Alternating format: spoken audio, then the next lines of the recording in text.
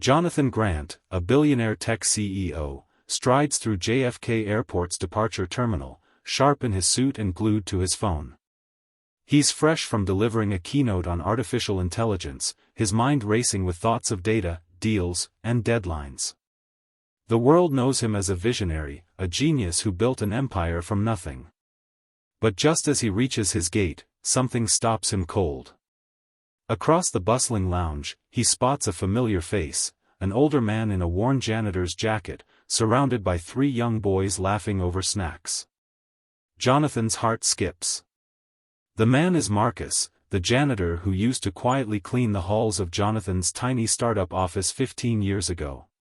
He had worked nights, often unseen, often ignored, but always there. And the boys, they stopped Jonathan in his tracks.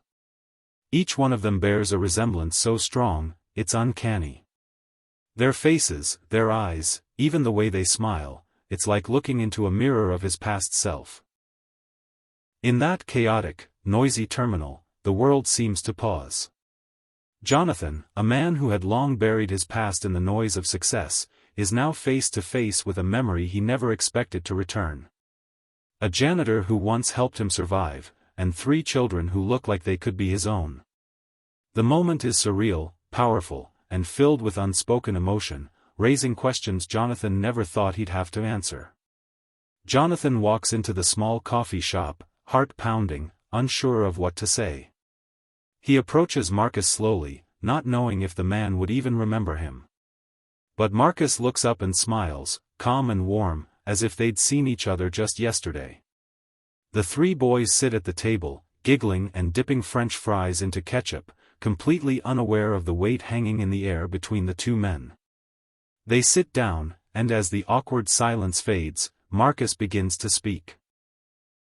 He reminds Jonathan of a moment long ago, when the young CEO was just another hungry dreamer sleeping in his office.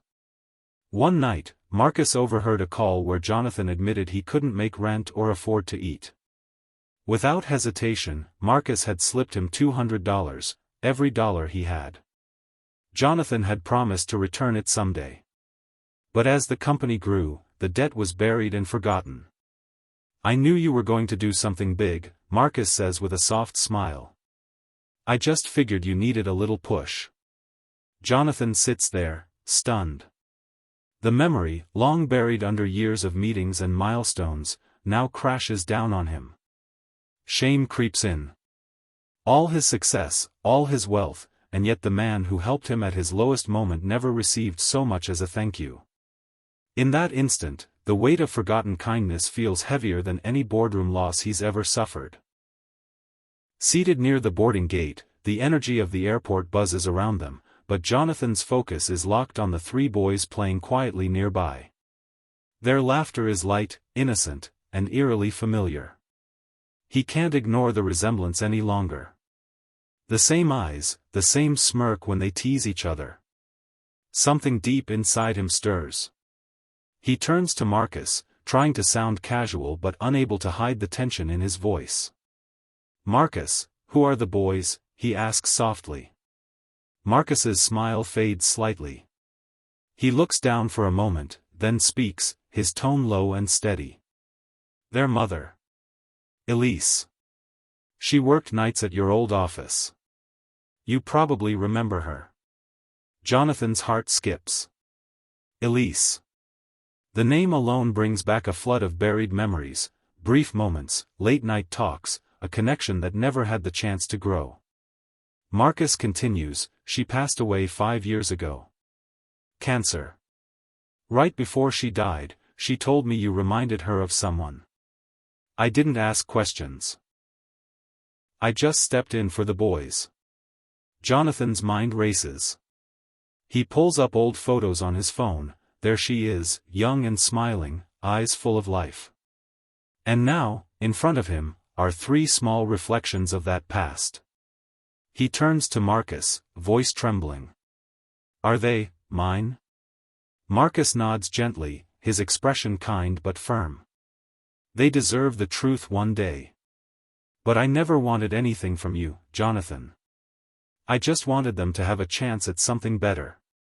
Outside the airport, the afternoon sun casts long shadows as Jonathan walks the boys toward their waiting cab.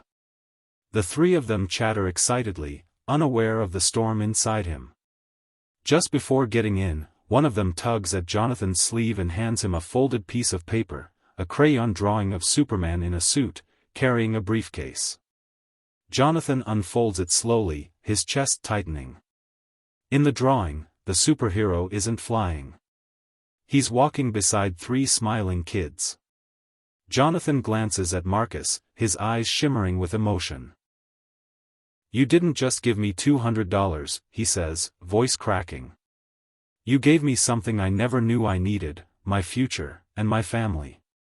Marcus smiles, calm as always. "I never needed it back. I just wanted to help you take off. I didn't know I'd be watching my boys learn to fly too." The cab door shuts. The engine starts. Jonathan watches them disappear into traffic, heart heavy but full. Then, something shifts. He pulls out his phone, fingers trembling slightly. "Cancel my flight," he says into the phone, voice steady now. "I'm not going anywhere." He tucks the crayon drawing into his jacket pocket, proof that some moments are too important to miss. For the first time in years, Jonathan isn't chasing what's next. He's turning back, to where he truly belongs. 1 year later, the backyard is filled with sunshine, laughter, and the joyful chaos of a birthday party in full swing. Balloons sway gently in the breeze, colorful streamers dance across the fence, and the sound of children playing fills the air. The three boys race around the yard, faces lit up with joy, chasing each other between picnic tables and gift bags. Near the garden wall, a small bronze plaque gleams in the light. It reads, "In honor of Marcus, proof that one act of kindness can build a legacy." Jonathan stands by the grill, no longer in a suit, no phone in hand, just a man who found what truly mattered. A father. A provider. Not of wealth or fame, but of love, time, and presence. Marcus, now a permanent part of their lives, lifts the youngest boy onto his shoulders as the others laugh and cheer. The scene is simple, but to Jonathan, it's everything. Not investors or headlines or million-dollar launches, this is his real success. He watches them, heart full. The guilt that once haunted him has been replaced by gratitude and purpose. He didn't just repay a debt. He embraced a second chance. For the first time in years, Jonathan doesn't feel like the man who built an empire. He feels like the man who finally came home. And in that moment, surrounded by laughter and love, he knows he is truly rich.